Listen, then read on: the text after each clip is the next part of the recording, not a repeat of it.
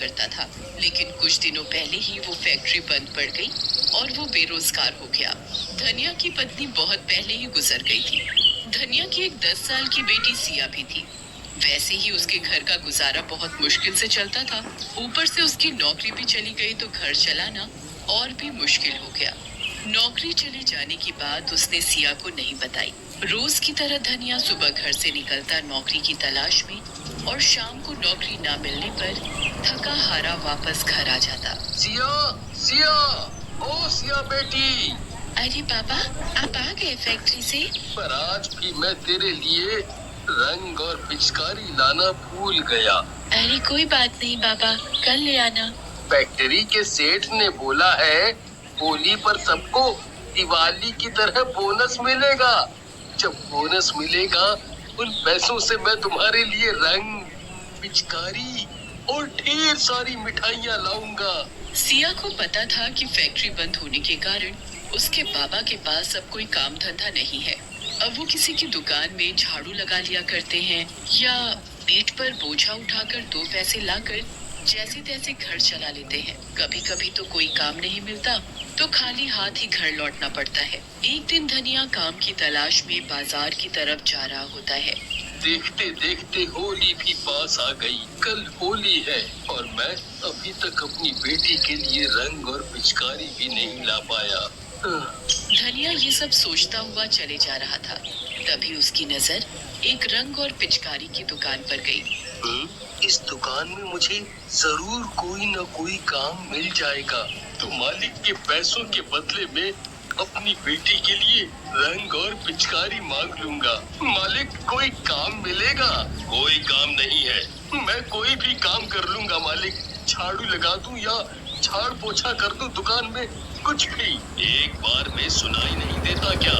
कोई काम नहीं है मालिक। मैं बहुत गरीब हूँ, मेरे पास कोई काम धंधा भी नहीं है। कल होली है और मुझे अपनी बेटी के लिए रंग और पिचकारी लेनी है। आप मुझे मेरे काम के पैसे के बदले रंग और पिचकारी दे देना। शक्ल से तो तुम चोर लगते हो। काम के बहाने कहीं चोरी करने का इरादा तो नहीं? नहीं नहीं, बिल्कुल नहीं। आप एक बार काम देकर तो देखो। ये ऐसे नहीं मानेगा। पता नहीं कहां कहां से चले आते हैं। अरे कोई है? इसे भगाओ यहाँ से। बेकार में मेरा और ग्राहकों का टाइम खराब कर रहा है। चल चल। दुकान का मालिक धनिया को धक्का देकर दुकान से बाहर गिरा देता है और धनिया आंखों में आंसू लिए वहाँ से चला जाता है, पर उसे कहीं भी काम नहीं मिलता। जेब में पैसे नहीं है, घर में राशन खत्म होने को आया, अब कैसे घर चलेगा? मैं तो भूखा भी रह लूं, पर बेटी को मैं भूखा नहीं रख सकता। धनिया उदास मन से घर पहुंचता है। क्या बात है पापा, चेहरा इतना उतरा हुआ क्यों है? अरे कुछ नहीं बेटा, तबीयत कुछ ठीक नहीं है। मैं जाकर सो जाता हूँ। सिया को पता था कि उसके बाबा को कुछ नहीं हुआ है, वो बिल्कुल ठीक है। जब भी उन्हें कोई काम नहीं मिलता वो भूखे सो जाते ताकि राशन एक दिन और ज्यादा चल सके। कई बार उन्होंने ऐसा किया। वो खुद भूखे रह जाते पर सिया को कभी भूखा नहीं रहने देते। अगले दिन होली थी। धनिया चुपचाप सुबह सुबह अंधेरे ही घर से काम की तलाश में निकल पड़ता है, पर सिया उसे देख लेती है। उसके जाने के बाद सिया घर में बने मंदिर के पास जाती है और बहुत रोती है।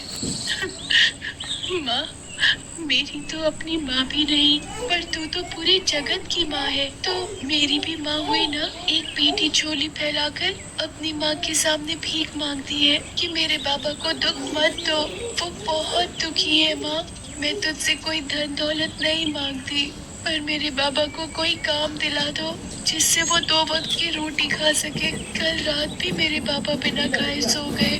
अगर उन्हें कुछ हो गया तो माँ तो पहले ही चली गई इस दुनिया से, पर मेरे बाबा, मैं अपने बाबा को और दुखी नहीं देख सकती। माँ, मैं तेरे आगे हाथ जोड़कर खड़ी हूँ, विनती करती हूँ, मुझे कुछ नहीं चाहिए कभी भी, पर मेरे पापा को कोई काम दिला दे। उधर धनिया। आज होली है, हाथ बिल्कुल खाली है। हे ऊपर वाले, कुछ काम दिला दो। 2 पैसे हाथ में आए तो अपनी सिया बेटी के लिए मिठाई और रंग लेकर जाऊं। धनिया ये सब सोचते हुए उसी दुकान के आगे से गुजर रहा था। धक्के देकर दुकान से बाहर फेंक दिया था। उसकी नजर फिर से दुकान में रखे रंग और पिचकारी पर जाती है। तभी दुकान का मालिक जल्दी जल्दी दुकान बंद करके कहीं जा रहा होता है। उसके हाथ में एक बैग भी था जो गड़बड़ी की वजह से वही दुकान के सामने गिर जाता है। धनिया उस बैग को उठाकर दुकान के मालिक को देने जाता है, पर उतने में दुकान का मालिक अपनी गाड़ी में बैठकर जा चुका होता है। धनिया बैग खोलकर देखता है। अरे बाप रे, इतने सारे पैसे! इन सारे पैसों से तो मेरी सभी समस्या हल हो सकती है। इन पैसों से मैं दुनिया के लिए ढेर सारे रंग और पिचकारी ले सकता हूँ। पर उसके मन में कई सवाल भी चल रहे थे। नहीं नहीं, ये ठीक नहीं होगा।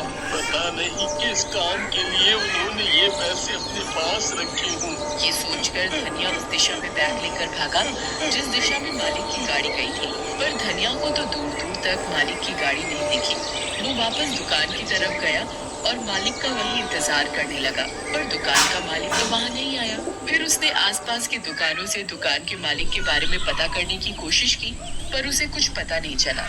कुछ दूर जाने पर उसे दुकान के मालिक की गाड़ी दिखाई दी। अरे, ये तो दुकान के मालिक की गाड़ी है। चलो, मेरी मुसीबत तो दूर हुई।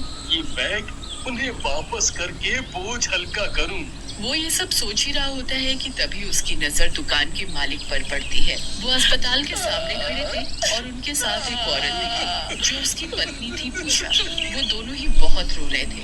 धनिया भागता हुआ उन दोनों के पास पहुंचा। मालिक, मालिक, आप इस बैग के लिए ही रो रहे हो ना? देखिए मालिक, आप मुझे चोर नहीं समझिएगा। मैंने ये बैग चोरी नहीं किया। आप अपनी दुकान से बहुत जल्दी में बाहर निकले तो ये बैग वहीं नीचे गिर गया था। धनिया की बातें सुनकर और उसके हाथ में बैग देखकर दुकान का मालिक चौंक गया। हम इन पैसों के लिए नहीं रो रहे। हमारा एक ही बेटा है, उसका एक्सीडेंट हो गया है। उसे बहुत चोट आई है। वो जिंदगी और मौत से जूझ रहा है।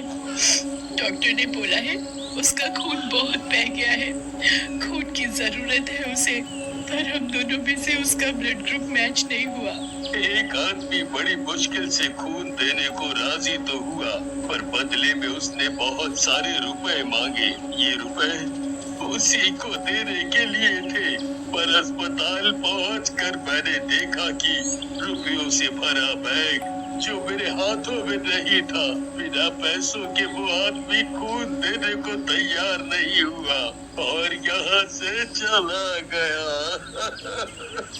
उन दोनों की बातें सुनकर धनिया की आंखें भर आईं। मालिक, मैं दूंगा आपके बेटे को खून। आप मेरा टेस्ट करवा लीजिए। क्या पता आपके बेटे का ब्लड ग्रुप मेरे ब्लड ग्रुप से मिल जाए। धनिया का ब्लड ग्रुप मालिक के ब्लड ग्रुप से मिल गया। उसने मालिक के बेटे को ब्लड दिया और मालिक के बेटे की तबीयत में सुधार आने लगा। तुमने मेरे बेटे की जान बचाई। तुम्हारा एहसान मैं जिंदगी भर नहीं भूल सकता, ना ही इसकी कोई कीमत दे सकता हूँ। फिर भी इस बैग में जो भी रुपए हैं, वो सब तुम्हारे हैं। ये आप क्या कह रहे हैं मालिक? जान बचाने वाला तो ऊपर वाला है, मैं नहीं।